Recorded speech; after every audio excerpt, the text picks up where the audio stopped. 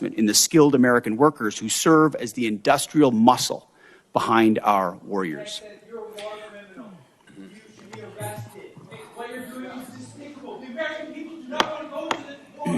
We don't want to fight a war for any people. This is about the death.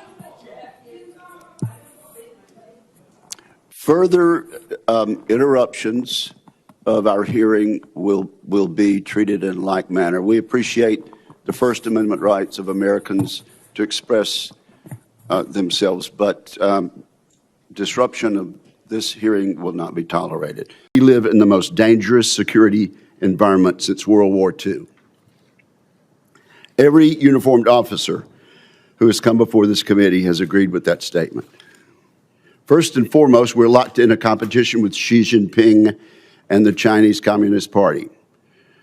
The competition is high stakes, and it is about whether this will be an American-led century or a century defined by authoritarian, autocratic regimes that care little for the needs of their citizens or those in neighboring countries. The Chinese Communist Party has accelerated its historic military buildup and its predatory economic practices against Americans and countries the world over. Xi Jinping leads not only China, but also an axis of aggressors. This growing alliance cannot be denied. It includes China, Russia, Iran, and North Korea. Ties have never been closer among these four dictators, among these four dictatorships. They support each other's aggressive endeavors. They prop each other up financially, and they scheme to undermine America's objectives. We should expect them to continue this behavior.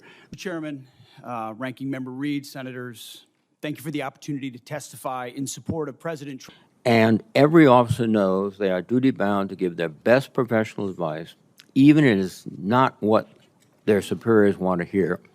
Because when leaders fear to speak honestly, people die, missions fail, wars are lost.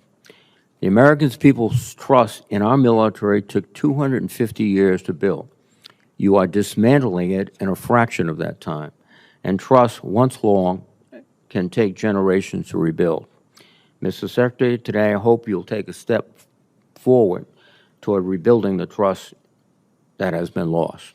As you said, Mr. Chairman, $1.5 trillion fiscal year 2027 budget for the Department of War. Unfortunately, as I said yesterday, and I'll say it again today, the biggest adversary we face at this point are the reckless naysayers and defeatist words of congressional Democrats and some Republicans.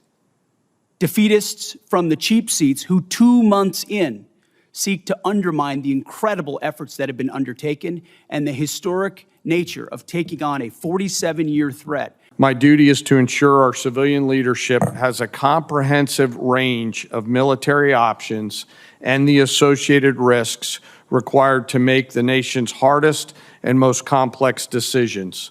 I owe the President, the Secretary, and the Congress the truth at every turn. Briefly, General Kane, there's no question that Vladimir Putin's Russia is taking serious action to undermine our efforts for success in Iran. Is there any question about that?